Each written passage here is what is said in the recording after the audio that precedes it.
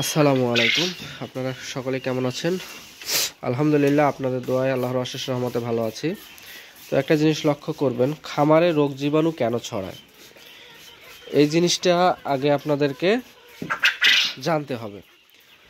পরিষ্কার পরিচ্ছন্ন রাখলে, আপনার খামারটি জীবাণুমুক্তকরণ করলে দেখবেন আপনার খামারে ভাইরাসজনিত বা ব্যাকটেরিয়াজনিত তেমন কোনো সকল সমস্যা হবে না।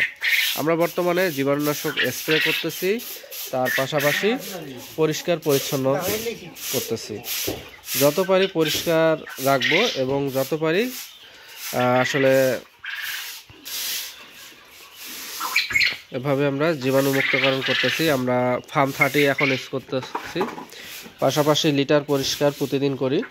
এতে হয় কি, আমাদের রুমে ব্যাকটেরিয়া বা ভাইরাসজনিত সমস্যা হয় না। এখান থেকে আমরা আমাদের পাখিগুলোকে সেভ করতেছি। যেমন এখানে আমাদের একটি পাখি প্যারালাইজড, একে একটু সেবা যত্নের মধ্যে রাখতে হবে। খাবারের ওপর রাখা হয়েছে যাতে সে খাইতে পারে, ওদের সঙ্গে তুলনায় খাইতে পারতেছে না। এবং এখানে আমরা এই রুমটা অলরেডি পরিষ্কার করে ফেলছি। তো আপনি আপনার খামারটিকে যত পরিষ্কার পরিচ্ছন্ন রাখবেন, তত কিন্তু এখান থেকে রেজাল্ট আমরা ভালো পাবো। শুধু খামারে পাখিদেরকেই নয়, খামারের চারপাশ আমরা জীবাণুমুক্তকরণ করব এবং খামারে যে বায়ু সিকিউরিটি সেটা মেনটেন করে চলবো।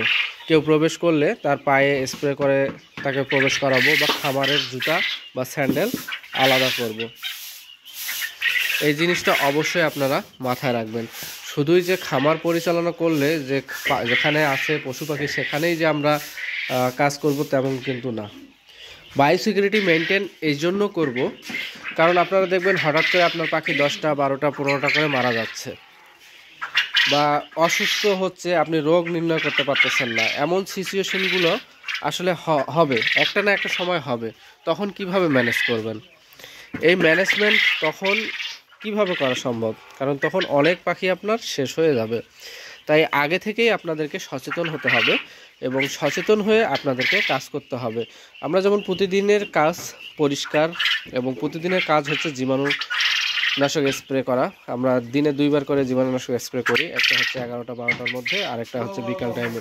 এই 2 টাইমে আমরা জীবাণুনাশক স্প্রে করতেছি। আর লিটার পরিষ্কার করলে যে উপকারিতা, লিটার থেকে যে লিটার গ্যাস হয় বা অ্যামোনিয়া গ্যাস উৎপন্ন হয়, সেখান থেকে আমাদের পাখিগুলো সেভ হচ্ছে। কারণ অ্যামোনিয়া গ্যাস একটি ঘাতক বলা যায়। এটা আপনার পাখিকে ধীরে ধীরে মৃত্যুর পথে ঢেলে দিবে। তো অবশ্যই আপনারা প্রতিদিন লিটার পরিষ্কার করার চেষ্টা করবেন।